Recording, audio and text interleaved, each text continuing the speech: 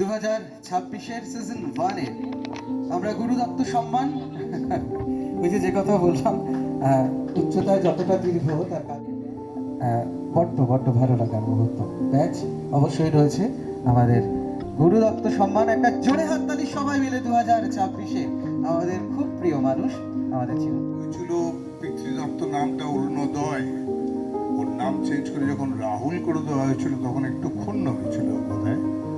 তাই সে যখন super duper hit একটা ছবি করেছিল চিরদিনই তুমি যে আমার, সেই ছবিটার সুপার সাকসেস পাওয়ার পর ও ওর নামের সঙ্গে আবার পিতৃদত্ত নামটি জুড়ে নেয়, কিন্তু এই নতুন নামটাকেও বাদ দেয়নি।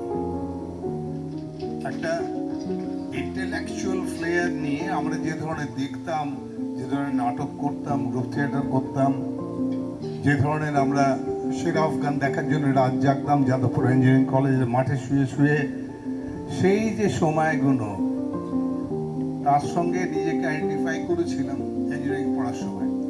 তার মানিকদের সঙ্গে কাজ করেছিলাম, কিন্তু তাকে আমি আনতে পারছিলাম না। যদি সে একবার এসে যায়, কিন্তু কেউ তাকে নিতে চায় না, জানেন।